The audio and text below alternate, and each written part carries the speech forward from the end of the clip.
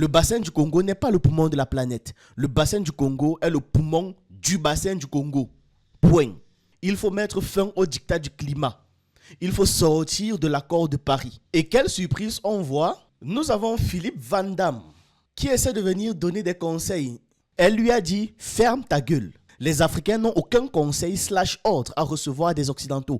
Aucun. Un incident préoccupant s'est déroulé à Abidjan, en Côte d'Ivoire, où 124 ressortissants du Niger, dont des personnes âgées, des femmes et des enfants, ont été raflés, donc arrêtés par la police. Ils ont été raflés dans diverses communes de la ville, puis déposés devant les locaux de l'ambassade du Niger. Qu'est-ce qu'on apprend? Qu'en réalité, ce serait l'Algérie qui serait derrière l'enlèvement d'un ressortissant espagnol avec la complicité des groupes armés du FLA. Les services de renseignement algériens seraient impliqués dans une mise en scène d'enlèvement visant à financer des groupes terreaux. L'affaire concerne l'enlèvement d'un ressortissant espagnol près de Tamanrasset en Algérie. Une des méthodes pour financer les groupes armés, c'est les enlèvements. Donald Trump, un gars qui ne veut pas les migrants illégaux aux États-Unis, les renvoie en menottes dans leur pays d'origine. D'ailleurs, dès le jour de son investiture, il y a plein de personnes aux frontières mexicaines qui se sont mises à pleurer parce que leurs rendez-vous ont été annulés ou encore les méthodes pour passer la frontière ont été renforcées. Mais dans la bande de Gaza, il veut enlever toute la population palestinienne de ses propres terres pour les envoyer définitivement en migration en Égypte et en Jordanie. J'ai d'abord pensé que c'était une blague, mais c'est une information sérieuse. Je m'entretiendrai avec le général Al-Sisi demain dans la journée. J'aimerais que l'Égypte prenne des gens et j'aimerais que la Jordanie prenne aussi des gens. Il s'agit d'1,5 million de personnes et nous allons tout nettoyer. Vous savez, au fil des siècles, il y a eu de très nombreux conflits.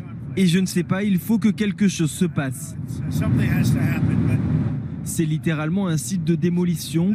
Presque tout est démoli et des gens y meurent. Donc je préférerais m'impliquer auprès de certains pays arabes et construire des logements dans un autre endroit où ils pourront peut-être vivre en paix pour une fois. Et vous avez même écouté, l'expression utilisée c'est nettoyer. Nettoyer Gaza. Et donc Donald Trump propose d'envoyer les Palestiniens vers l'Égypte et la Jordanie. Alors que lui-même refuserait ça.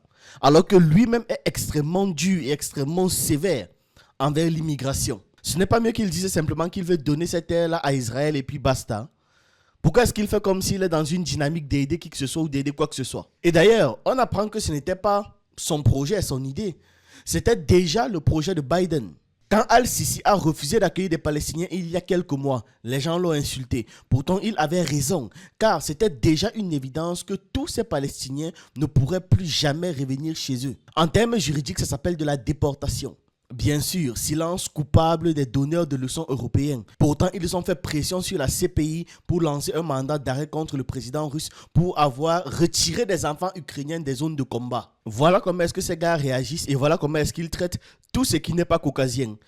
J'espère qu'on retient la leçon. J'espère que leurs partisans, les gens qui les encouragent, qui les admirent, quand ils voient ça, ils retiennent la leçon. J'espère qu'ils retiennent très bien la leçon qui est donnée là. Qu'ils voient très bien comment ça se passe. Comme on a le soutien facile pour tout et n'importe quoi. Petite pause. Sachez que vous pouvez souscrire à la chaîne pour 3 € et pour 10 € par mois et avoir du contenu exclusif en fonction du forfait. Tous les membres qui ont payé un abonnement peuvent rejoindre le groupe Telegram où j'ai déjà partagé plus de 150 vidéos qui ne sont plus sur la chaîne. Et dans ce groupe, je partage régulièrement ce que je ne peux pas publier sur YouTube.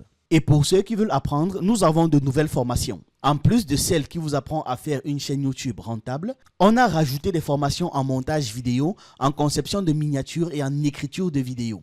On vous apprend comment monter une vidéo en face caméra, en illustration ou encore en utilisant des avatars. On apprend également à faire des miniatures comme Pensy Kamit, Yomi Denzel ou encore le célèbre youtubeur MrBeast. Je vous laisse toutes les informations en description. Revenons au sujet. À la suite des États-Unis, l'Argentine envisage le retrait des accords de Paris sur le climat. La décision est à l'étude sur le bureau de Javier Milei, qui a profité de son séjour à Davos pour dire ce qu'il pense de la thématique climat. Et il dit, je cite, « Le wokisme a perverti l'idée fondamentale de préserver l'environnement pour le plaisir des êtres humains en le transformant en un environnementalisme fanatique où les êtres humains sont considérés comme un cancer à éliminer et où le développement économique est presque un crime contre la nature. Et moi, je rajouterais, toujours quand ça ne concerne pas les pays occidentaux. J'insiste encore sur la partie-là. Parce que c'est quand les autres pays du monde veulent entamer leur émancipation, leur développement, que là, on parle de crimes contre la nature. Quand eux, ils le font, ça va. Étant donné que le système de Bretton Woods s'est engagé depuis des années à imposer le climat, tout comme la promotion des plus ultras, comme conditionnalité pour obtenir l'octroi des crédits, un potentiel retrait de l'Argentine, comme celui d'éventuels pays africains que nous appelons de tous nos voeux, aura des conséquences financières. Mais la liberté s'arrache. Et ce que l'on peut gagner en exploitant nous-mêmes nos ressources est nettement supérieur aux finances conditionnées qui maintiennent nos pays dans le sous-développement et l'absence d'industrialisation. S'il faut serrer la ceinture, serrons. Mais en parallèle, creusons nos terres, exploitons nos ressources et utilisons nos énergies fossiles. Et dans 5 ans, on aura les fruits en toute souveraineté. Le bassin du Congo n'est pas le poumon de la planète. Le bassin du Congo est le poumon du bassin du Congo. Point. Les forêts centrafricaines, camerounaises, congolaises, gabonaises, équato-guinéennes, angolaises n'est pas un bien public mondial. C'est un bien public africain. Un bien public de la Centrafrique, du Cameroun, du Gabon, de la Guinée équatoriale, de l'Angola. Il faut mettre fin au diktat du climat. Il faut sortir de l'accord de Paris. Dans la dernière vidéo de Nathalie Yamb, elle en parlait déjà. Elle expliquait pourquoi est-ce qu'il faudrait qu'on sorte de là. Ça faisait partie d'un de ses conseils et d'une des solutions qu'elle proposait. Là, elle réitère ça. C'est une publication de Nathalie Yamb, si vous n'avez pas remarqué. Là, elle est en train de réitérer ça. Et quelle surprise on voit. Nous avons Philippe Van Damme. Je voulais dire un mot très grossier, mais je vais m'en passer. Qui essaie de venir donner des conseils à la publication de Nathalie Yamb. Simplifier une position à outrance pour l'attaquer, c'est de la démagogie. Donc le fait de simplifier une position, de simplifier quelque chose pour pouvoir attaquer cette chose-là. Par exemple, le fait que les institutions financières internationales, les institutions financières occidentales plus précisément, nuisent les pays africains, nuisent les pays non occidentaux. Pour lui, c'est simplifié. C'est tellement simplifié pour pouvoir l'attaquer, donc c'est de la démagogie. En gros, c'est ce qu'il explique là. Donc, simplifier une position à outrance pour l'attaquer, c'est de la démagogie. Ok, le bassin du Congo égale d'abord poumon pour l'Afrique. Raison de plus pour le traiter avec sagesse et de l'exploiter durablement dans l'intérêt des populations et pas des oligarques cherchant profit rapide. Donc c'est Philippe Van Damme qui essaie de nous donner des conseils.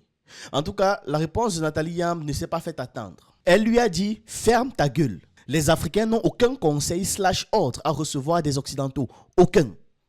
Qui plus est, des voyous de ton espèce qui ont sévi en Afrique de l'Ouest sous la casquette d'ambassadeur. On gérera nos forêts, nos ressources comme on l'entend. Et les chefs d'État qui persisteront à obéir aux ordres des colons plutôt qu'aux désidérata de leur population seront dégagés. La réponse est magnifique. La réponse est toute belle. La réponse est gracieuse. Et je trouve qu'elle s'est retenue. Et le gars, après avoir vu la réponse de Nathalie Yamb, se met à bouder. Il dit, avoir les insultes plus ou moins vulgaires. Je constate que la secte des croyants de la soi-disant panafricaniste de Sochi a rejoint l'internationale de l'extrême droite intolérante et prédatrice. Les vrais activistes environnementaux africains sont contre la sortie de l'accord de Paris. Qui dit qu'il est vrai activiste et qui dit qu'il est faux activiste, lui? D'ailleurs, les concepts de droite, gauche, la machin, international de l'extrême droite, ce n'est pas des concepts politiques africains. Hein. Ce sont les leurs. Pourquoi est-ce que ces gars veulent appliquer leur conception politique, leur théorie politique à nous? Non, chez nous, il n'y a pas la droite. Je n'ai jamais entendu parler d'une quelconque droite africaine ou d'une quelconque gauche africaine. Chez nous, il n'y a pas la droite, il n'y a pas la gauche. Ça n'existe pas dans nos conceptions politiques. C'est chez vous. Et comme il y a certains de nos dirigeants qui ne font que suivre, qui ne font qu'accepter des politiques ou accepter des concepts politiques, voilà. Il y a des gars comme ça qui commencent à marcher derrière des concepts qui n'ont aucun sens chez nous. Droite, ça veut dire quoi ça? Les vrais activistes environnementaux, ce sont les qui? Ce sont les qui? Moi, j'aimerais bien les voir. Ces mêmes gars qui ne savent pas ce qu'ils racontent là. Les gens qui, à chaque réflexion, vous comprenez que ces gars ne savent pas de quoi est-ce qu'ils parlent. À chaque fois qu'ils émettent une idée, vous dites... Ils demandent la récitation qu'on t'a demandé de venir faire ici là. C'est pour convaincre qui? C'est d'eux que vous parlez. Laissez les Africains tranquilles. Le bassin du Congo, ils en feront ce qu'ils veulent. Ça ne vous regarde pas, ça ne regarde pas les normes des pays européens. Ça ne s'applique qu'à l'Afrique. Les ressources naturelles de l'Afrique vont être utilisées pour permettre aux Africains de bien vivre. Voilà, en Europe, là-bas, utilisez vos parts de ressources. Si vous voulez préserver-les, vous avez fini de tout exploiter chez vous, de bien construire les choses. Quand les autres pays veulent faire de même, vous arrivez, vous parlez de climat. Bande de rats. Oui, ça, ce sont les comportements de rats. Les rats. Voilà la France qui exploite les forêts équatoriales en RDC, au Cameroun, au Congo-Brazzaville aussi. Ils exploitent les ressources naturelles des forêts là. Ils prennent le bois, l'huile de palme, etc. Tout en favorisant la déforestation d'ailleurs. Vous arrivez dans l'est du Cameroun par exemple. Il y avait des zones qui avaient des arbres partout. Puis vous voyez sur plusieurs hectares, tout a été rasé. Tu poses la question, mais le bois là est passé où? Non, ça a été exporté. On a exporté le bois là. Quand c'est là, personne ne parle. Le Van Damme là ne vient pas mettre sa bouche. Alors, on passe aussi à une autre information qui avait été révélée dans la vidéo de Nathalie Yamb. Quand elle disait que les Européens sont en train d'accuser le Mali d'avoir kidnappé des ressortissants. Ne voilà-t-il pas qu'on nous annonce l'enlèvement fort à propos d'une Autrichienne à Agadez et d'une Espagnole en Algérie qui auraient été amenées, ne riez pas, au Mali? Qu'est-ce qu'on apprend? Qu'en réalité, ce serait l'Algérie qui serait derrière l'enlèvement d'un ressortissant espagnol avec la complicité des groupes armés du FLA. On va dire FLA, du FLA. Vous vous rappelez de ça, n'est-ce pas? Selon des sources concordantes et fiables, les services de renseignement algériens seraient impliqués dans une mise en scène d'enlèvement visant à financer des groupes terreaux. L'affaire concerne l'enlèvement d'un ressortissant espagnol près de Tamanrasset en Algérie. Une des méthodes pour financer les groupes armés, c'est les enlèvements. C'est-à-dire, on fait semblant qu'il y a eu un enlèvement, une demande de rançon. La rançon est payée, on libère l'otage. Pourquoi?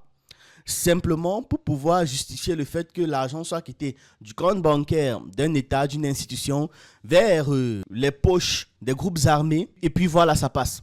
C'est facile à justifier que de simplement faire un virement sans aucune raison. Tout est faux semblant. Les enlèvements d'otages occidentaux servent de prétexte à la France pour financer les terroristes via le paiement de rançon. Même Barack Obama le savait. Donc, mettez-vous ça à l'esprit. Le caractère rocambolesque de cette supercherie saute aux yeux. L'otage, à peine capturé, a été libéré dans les délais défiant toute logique. Un scénario si peu crédible qu'il soulève de graves interrogations sur les véritables intentions des scénaristes. D'ordinaire, la libération d'un otage est le fruit de négociations complexes, de tractations souvent longues et délicates. Ici, la rapidité de la résolution interpelle et dénonce une mise en scène cousue de fil blanc. Les faits tels que rapportés par les sources révèlent une opération minutieusement orchestrée. L'Espagnol, accompagné de son chauffeur et de son interprète guide, aurait été enlevé puis conduit à la frontière entre l'Algérie et le Mali, dans la zone de Tenzawaten. Le chauffeur et l'interprète auraient ensuite été libérés, tandis que les ravisseurs, en réalité les complices, auraient amené l'otage au Mali afin de maquiller leur forfait. Quel était l'objectif de cette machination ? Obtenir une rançon substantielle pour financer les activités des groupes terreaux, notamment le FLA. C'est le Front de libération de l'Azawad, impliqué dans la déstabilisation du Mali. Les sources indiquent que les services de renseignement algériens auraient versé une importante somme d'argent aux ravisseurs. Par l'intermédiaire d'un membre influent du FLA, l'ex-otage espagnol aurait été remis à ce dernier, qui devait ensuite le restituer au commanditaire de l'opération, les services de renseignement algériens. Cette affaire met en lumière les accusations portées par le premier ministre malien Abdoulaye Maïga concernant le rôle trouble de l'Algérie dans la région. Au-delà de l'hospitalité offerte à des terreaux et à des renégats, l'Algérie est désormais ouvertement accusée de financer le terrorisme par le biais de montages frauduleux. L'image d'un État soutenant activement la déstabilisation de ses voisins se précise, jetant une lumière crue sur les agissements du régime algérien. On le savait depuis. On l'a toujours su. D'ailleurs, dans nos notes, il y a souvent le fait qu'on précise qu'il faut se méfier des pays d'Afrique du Nord parce que ce sont les complices des autres. On doit s'en méfier grandement parce que dans ces pays, il y a énormément de racisme. Ils se sentent beaucoup plus proches des Occidentaux que des Africains. Et ça, c'est indéniable. Ce n'est même pas une négociation à faire. Et ce n'est même pas un reproche. C'est un constat. Et vu qu'il y a ce constat, on doit agir en conséquence, point. On n'est pas là en train de dire c'est bien, c'est pas bien, non. C'est juste un constat. On constate un fait Et parce que ce fait existe, on l'a constaté, on agit en conséquence. C'est tout. Vous êtes en train de rouler, vous constatez un dos d'âne en route. Vous n'êtes pas là en train de dire est-ce que c'est bien qu'il y ait eu le dos d'âne, est-ce que c'est pas bien. Non, vous agissez juste en conséquence, vous ralentissez. Vous prenez le dos d'âne avec prudence, c'est tout. Voilà. En Afrique de l'Ouest maintenant, nous avons l'élaboration d'une stratégie commune pour les modalités de retrait de la CEDEAO, des retraits du Burkina Faso, du Mali et du Niger. Dans un contexte régional en pleine évolution, la Confédération des États du Sahel élabore une stratégie commune pour son retrait de la Communauté économique des États d'Afrique de l'Ouest, en abrégé CEDEAO. Une réunion d'experts de l'AES s'est tenue à Ouagadougou en préparation d'une rencontre cruciale entre les ministres des Affaires étrangères des pays membres de l'Alliance prévue le dimanche 26 janvier 2025.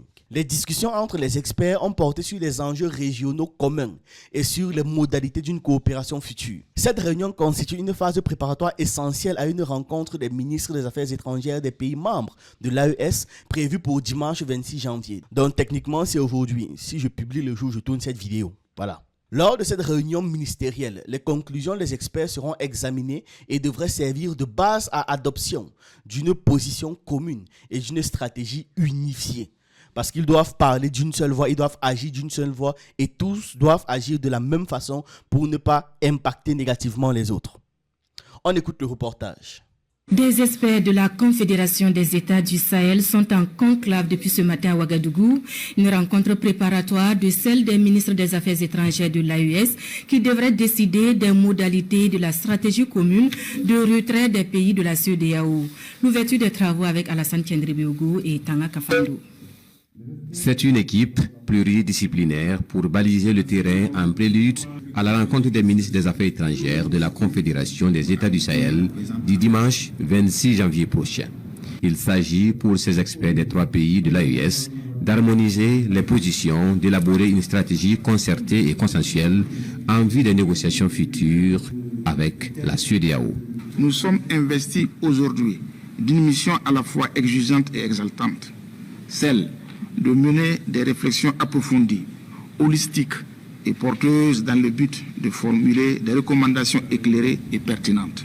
Ces orientations devront non seulement guider les décisions stratégiques de nos autorités, mais également contribuer à la réalisation des ambitions partagées au sein de la Confédération des États du Sahel.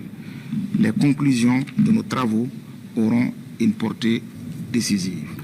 Elles ouvriront de nouvelles perspectives pour la Confédération des États du Sahel en lui permettant de consolider ses efforts dans la lutte contre l'insécurité, d'amplifier son rayonnement sur les scènes diplomatiques et politiques et de renforcer davantage son ancrage au sein du système international.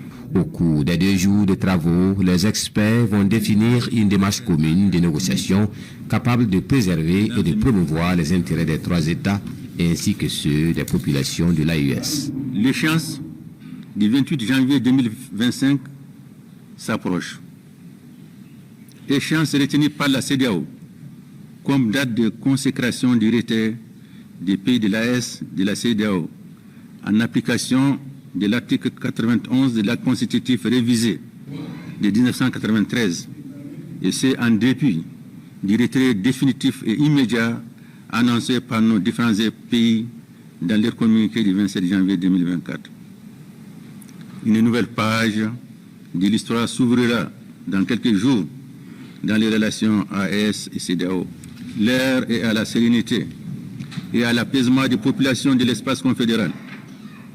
C'est le lieu de les rassurer que les dispositions appropriées sont prises ou en cours pour prendre en compte leurs préoccupations. La présente réunion fait suite à la réunion ministérielle de Niamey du 13 décembre 2024 qui a réaffirmé la décision irrévocable de notre retrait de la CEDEAO. C'est une situation qui nous engage résolument à poursuivre les réflexions et les actions dans le cadre de l'opérationnalisation de la Confédération AES. Aussi, il faut rappeler la nécessité pour nos 3 pays de se concerter pour dégager une approche commune dans la définition des formalités de sortie de la CEDEAO. Le 29 janvier prochain marque la date officielle de sortie des pays de l'AES de la CEDEAO, une année après la décision de retrait prise le 28 janvier 2024. Par voie de correspondance, la CEDEAO invite individuellement chacun des États en vue de mener des discussions sur les modalités techniques du retrait, des discussions que les trois pays se veulent communes et concertées. C'est magnifique. Le fait que ces trois pays systématiquement se mettent d'accord avant de prendre des décisions, c'est magnifique. Et vous voyez qu'ils sont même déjà en train de pousser leur partenariat, de sorte à pouvoir harmoniser et encore accélérer la prise de décision au sein de l'AES. On va terminer avec cette information qui est plutôt troublante. Ce sont des rafles des Nigériens à Abidjan. Vous n'avez pas mal entendu. On rafle les Nigériens en Côte d'Ivoire, à Abidjan plus précisément. Ça, c'est ce qu'on a vu pour l'instant du moins. L'ambassade du Niger prend ses responsabilités face à une situation d'urgence. Un incident préoccupant s'est déroulé à Abidjan, en Côte d'Ivoire, où 124 ressortissants du Niger, dont des personnes âgées, des femmes et des enfants, ont été raflés, donc arrêtés par la police. Ils arrivent dans les rues comme ça, ils vous arrêtent. Ils ont été raflés dans diverses communes de la ville, puis déposés devant les locaux de l'ambassade du Niger. Cette action menée sans concertation préalable avec la commission diplomatique nigérienne a mis cette dernière dans une situation délicate. Selon un rapport officiel daté du 20 janvier 2025 et signé par le chargé des affaires de l'ambassade du Niger à Abidjan, les personnes raflées se répartissent comme suit. 74 hommes, 18 femmes et 32 enfants. L'ambassade a immédiatement entrepris des démarches auprès de la police ivoirienne, responsable de ces arrestations et de leur transfert devant l'ambassade. L'objectif était d'obtenir une prise en charge temporaire des ressortissants nigériens pour des raisons de santé et de sécurité, en attendant l'organisation de leur rapatriement. Malheureusement, ces tentatives se sont avérées vaines, les autorités ivoiriennes refusant de reprendre en charge les personnes concernées. Face à cette situation imprévue et à l'afflux soudain de nombreux compatriotes, l'ambassade du Niger à Abidjan a été contrainte de prendre des mesures exceptionnelles. La fermeture momentanée des services consulaires. Cette décision prise dans l'urgence vise à permettre à l'ambassade de gérer au mieux cette crise et d'assurer le contrôle de la situation, notamment en organisant l'accueil et l'assistance des Nigériens raflés. Et demandez, c'est encore quel cata ça? C'est encore quoi ça? C'est toujours parce qu'il y a cette frustration-là de ne pas pouvoir directement attaquer le Niger. Maintenant, les gars s'énervent, ils se lèvent un matin, on les envoie rafler des gens. Ça sort d'où ça encore ce truc? C'est quoi ça? Cet incident soulève plusieurs questions quant à la motivation et aux modalités de cette rafle. L'absence de concertation avec l'ambassade du Niger est particulièrement préoccupante et interroge sur le respect des procédures diplomatiques. La réaction rapide des autorités nigériennes, à travers les démarches entreprises par leurs représentants diplomatiques à Abidjan, témoigne de leur volonté de prendre en charge et de protéger leurs ressortissants en difficulté à l'étranger. Et là, c'est l'image qui illustre le truc. Mais c'est quoi ce truc? C'est quoi cette affaire encore? Si ce n'est pas la frustration, dites-moi un peu ce que c'est. Donc, frustré de ne pas pouvoir obéir aux ordres ou répondre aux exigences de l'Occident, de la France. Maintenant, les autorités en Côte d'Ivoire s'énervent, portent des gens comme ça, ou bien il y a une autre affaire derrière. Mais si c'est le cas, il faudrait une communication quand même dessus, non? Et comme toujours, il y a des personnes mal intentionnées dans les commentaires qui font leur propagande. Et je dis bien que ces gens ne sont pas payés parce que parfois vous pouvez même penser qu'ils sont payés. Au moins il y aurait un intérêt à le faire. Souvent c'est juste de la stupidité, c'est juste être débile. Il y a quelqu'un qui dit là, le Niger n'est plus membre de la CEDEAO, donc aucune concertation n'est nécessaire. Chaque État est souverain, il fait tout ce qu'il veut dans son territoire. Donc vous pensez que parce que chaque État est souverain, si vous arrivez dans un territoire, on peut vous fusiller. Et puis voilà, vous n'avez rien fait. Votre seul tort, si c'est un tort, c'est d'être arrivé sur un territoire et on vous massacre. C'est ça qu'il essaie de nous faire comprendre là. Parce que le Niger n'est plus membre de la CEDEAO. Donc ça veut dire qu'actuellement les ressortissants ivoiriens au Niger, parce qu'il y en a plein, peuvent être massacrés, peuvent être pris comme ça et être jetés. Il y a toujours des gens mal intentionnés. Voilà quelqu'un qui dit que le Niger doit donner une réponse similaire à la Côte d'Ivoire, en faisant aussi des rafles d'Ivoiriens qui sont à l'intérieur du pays et aller les déposer aussi à l'ambassade. Le truc c'est que ça ne se fait pas. Initialement en Côte d'Ivoire, on n'aurait pas dû voir ça. Ça n'aurait pas dû se faire. Ça sort d'où? Qui donne même ce genre d'idée? Non, il faut plus d'explications à cette affaire. Il faudrait plus d'explications parce que vous vous imaginez que vous avez vos affaires, votre business et j'en passe. Et puis on vient vous porter comme ça. Donc vous perdez littéralement tout du jour au lendemain. J'espère qu'il y aura une explication qui sera donnée plus tard par rapport à cette situation. Voilà ce que j'avais à partager avec vous dans cette vidéo. Dites-moi ce que vous en pensez en commentaire. J'attends vos avis et on se retrouve une prochaine fois.